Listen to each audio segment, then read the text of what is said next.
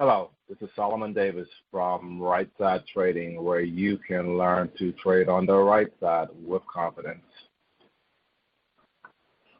Today is August 7th, 2016, and this is the weekly trade review, where I review my weekly NASDAQ trades. And it's the week of August 1st through August 5th.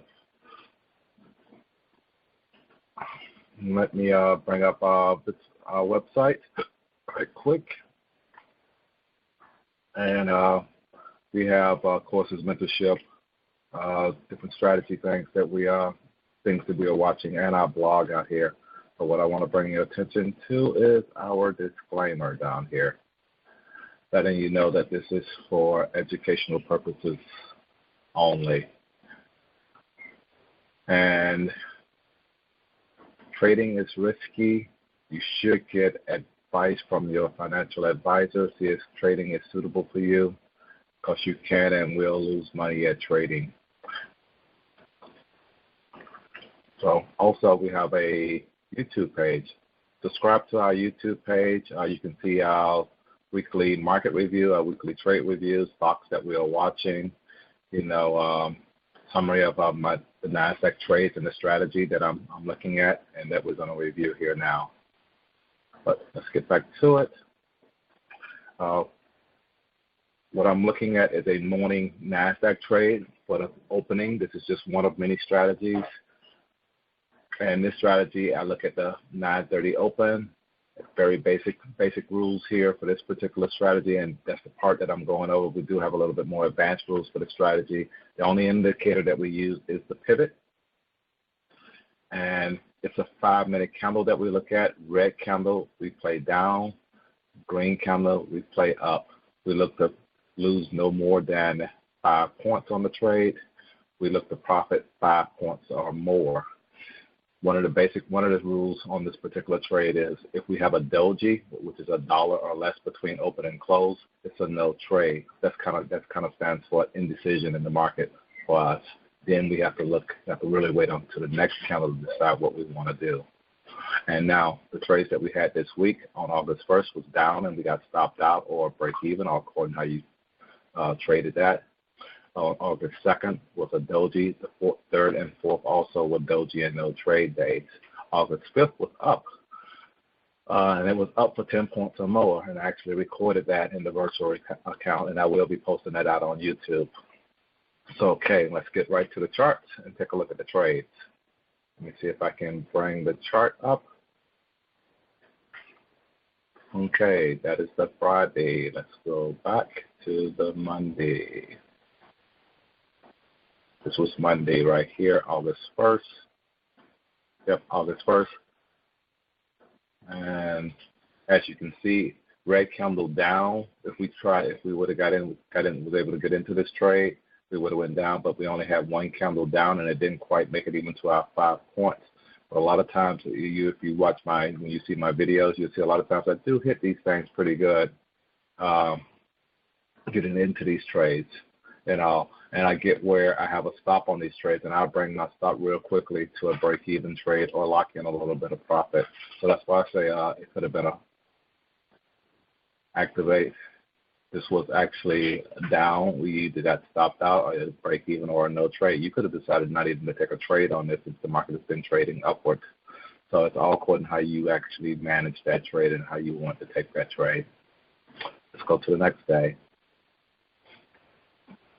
On Tuesday, it was a doji. This is a doji, although it looked like a hammer, but I still call it a doji based on my open and close rules that I have on the first candle. So it was a no trade day. But again, like I had said earlier, if you waited on that second candle kind of gave you the direction on which way you wanted to trade it. But based on the basic rules, it was just a no trade in the way I'm tracking this. My statistics on this trade. On this day, we also had a no trade day. This is Wednesday, the 3rd. Again, open and close. Open and close was $9.25 to $8.25, right at that dollar point. Again, it's a no trade day. But as I said before, if you wait for that second candle based on your rules, This could have been a good up day. Again, breaking this high here, this morning high, and then going up, you could have did okay. But based on the basic rules, the way we're reviewing these, that was a no trade.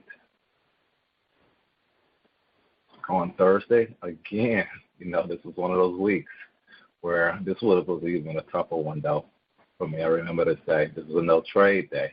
But then on that second candle, you got an up. The thing is, where did you enter this trade? After a couple of days where you had no trade days, trying to decide, okay, where I want to enter this day. Did you enter it above these highs? Did you enter it above these highs? And if you tried to enter it above these highs here, it ended up going down on you. But if you look at this 5-minute candle pattern, you had a bearish Arami. So again, you could have had a back down play. And then once you got down here, let's see how close. I don't have my pivots on here. I think I'll put some near pivot. All my pivots are on here. So what's the pivot on this day? 47. It was 47.02. So the pivot was still a little bit below this area, over 10 points below this area where it reversed that. But again, this was a nice reversal. You could maybe even play this back on the way back up. And then on Friday, let's get back here up. Get back here on the auto and go to Friday. Friday was an up day. This was a nice clean up day. We was already above R1. We came down here and bounced back up, went below R1 and came back. So you were in this trade, and this is the one I actually recorded, and you were able to take this up for 10 points or more easy.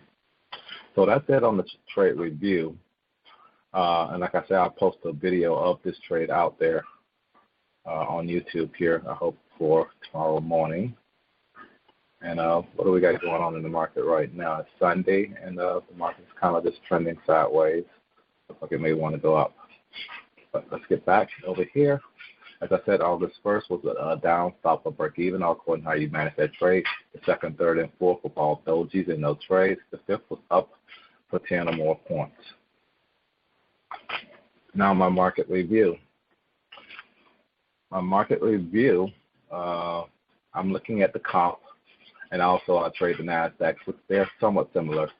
They both are NASDAQ and have comp has NASDAQ components, but the NQ is what I actually trade, the future contract.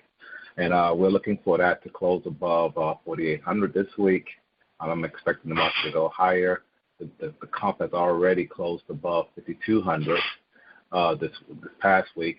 So I think the bears are going to be on the sideline for a while. So I'm just looking and waiting for this market to go up. As you can see, these highs here. And we also have what we call here right side trading, our right side gap. And, a lot of times when we see this, but we're seeing this at a top, so it's kind of on the gap above this resistance, what used to be a resistance level here, and trying to go higher. But we'll keep an eye on this and see what actually happens. So that's it. That was the weekly trade review for August 7, 2016, for the trade week of August 1st through August 5th. Visit us at Right Side Trading or email us at info@rightsideTrading. Give us a call at 813-563-8850. Subscribe to our YouTube page, or check out our website and see if we have something to offer you. Subscribe, like us. Talk to you later. Bye.